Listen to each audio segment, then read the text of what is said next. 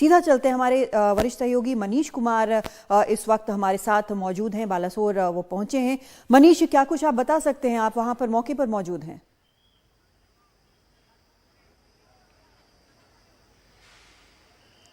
कादम्बनी, पहले हम दिखाएंगे क्योंकि यहाँ पे लाइट डाउन हो रहा है, बहुत ज़्यादा लाइट नहीं है। हालांकि जो रेलवे ट्रैक है आप देख सकते हैं, हमारे कैमरामैन हबीब आपको दिखाएंगे कि वहाँ पर लाइट की व्यवस्था की गई है, क्योंकि ट्रैक को खाली कराने की कोशिश हो रही है कि कम से कम एक ट्रैक भी खाली हो जाए, जिससे कि कुछ ट्रेनों का परिचालन जो है वो सामान्य हो सके।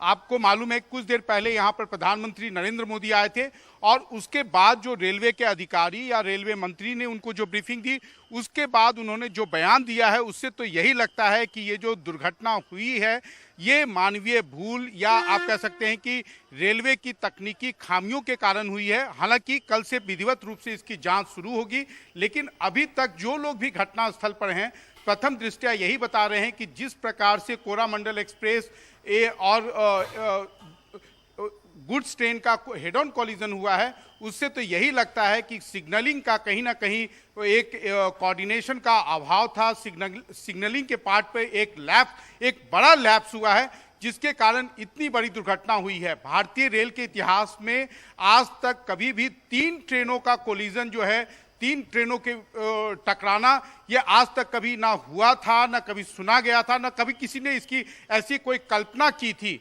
लेकिन जो सबसे बड़ी बात है कि ये सुरक्षा में जो चूक हुई है उसके लिए जिम्मेवार कौन है? निश्चित रूप से अभी रेलवे हो या उड़ीसा की सरकार हो, उड़ीसा की सरकार ने कल रात से आप ये कह सकते हैं कि चूंकि ये साइक्लोन यहाँ पर काफ़ी आता रहा है, नेचुरल ट्रेजेडी से उनको एक तरह का एक एक्सपर्टीज है जो उन्होंने पिछले कई वर्षों में उसे काफ़ी अच्छा किया है, उसे बेहतर किया है, जिसके कारण जो है आप कह सकते हैं कि आज कई घायलों से बात हुई। उन्होंने कहा कि जिस प्रकार से एम्बुलेंस पहुंचा, प्रशासन और अस्पतालों में, अलग अलग अस्पतालों में उनका इलाज चल रहा है। हमने भी कई 2-3 जगहों पर हमने सरकारी अस्पतालों में देखा कि उनका किस प्रकार से और कितनी मुस्तैदी से इलाज चल रहा है। तो आप कह सकते हैं कि जो स्थानीय प्रशासन, यहाँ की स्थानीय सरकार थी, उसकी मुस्तैदी के कारण जो है एक तरह से घायलों को निश्चित रूप से तुरंत जो है उनके उपचार की व्यवस्था हुई।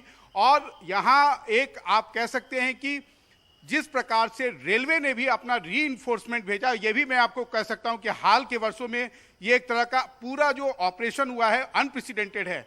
हाँ, लेकिन अब रेलवे के लिए और उड़ीसा सरकार दोनों के लिए चुनौती यह है कि जो घायल हैं उसमें से बहुत से घायल ऐसे हैं जिनके परिवार वालों को भी पता नहीं है।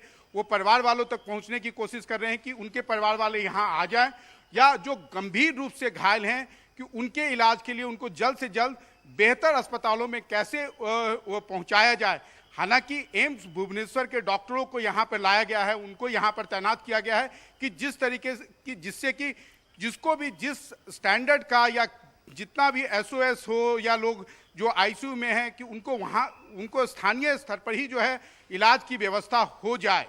कादम्बनी जी बिल्कुल मनीष, बेहद अहम बातें आपने यहाँ पर बताई हैं। और जैसा मनीष यहाँ पर बता रहे हैं, वहाँ पर शाम हो रही है, इसलिए रोशनी की समस्या आ रही है। लेकिन ये बहुत अहम बात है जो मनीष ने बताई है कि ओडिशा में जो नेचुरल डिजास्टर्स के कारण जो तैयारी रहती है वो इस हादसे के वक्त काम आया है और सभी चीज़ें एक स्ट्रीमलाइन तरीके से चली हैं।